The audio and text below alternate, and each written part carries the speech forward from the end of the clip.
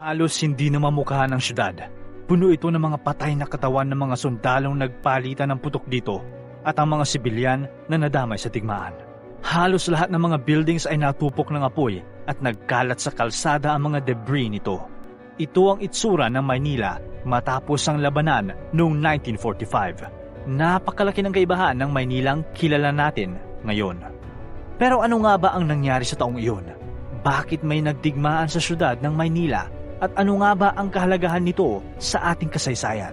Sa video na ito, pag-uusapan natin ang Battle of Manila na naganap noong World War II.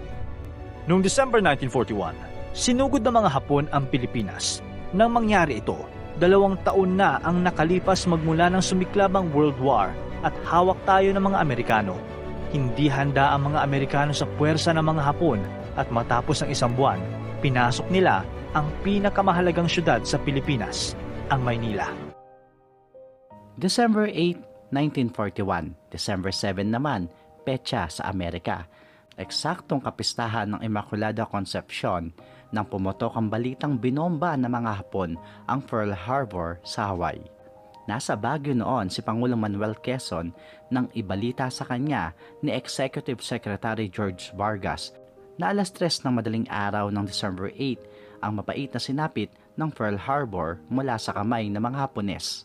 Pagsapit ng bukang liwayway sa bansa, December 8, 1941, sorpresang binomba ng mga Hapon ng iba't ibang bahagi ng Pilipinas, halos 10 oras mula ng kanilang atakihin ang Pearl Harbor. Binomba ng Japan ang Davao ng 6:20 ng umaga at sinunod ang Baguio, Tugigaraw at Tarlac ng alas 8 ng umaga.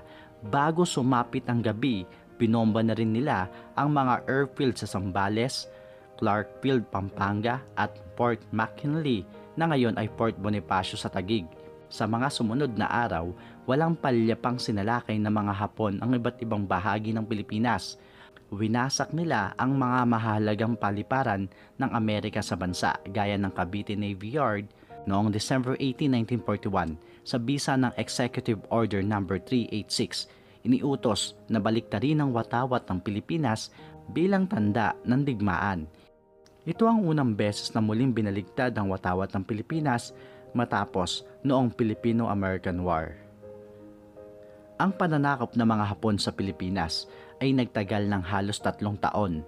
Libo-libong katawang nasawi at naging biktima ng di makatarungang digmaan sa pagitan ng Pilipinas at Japan.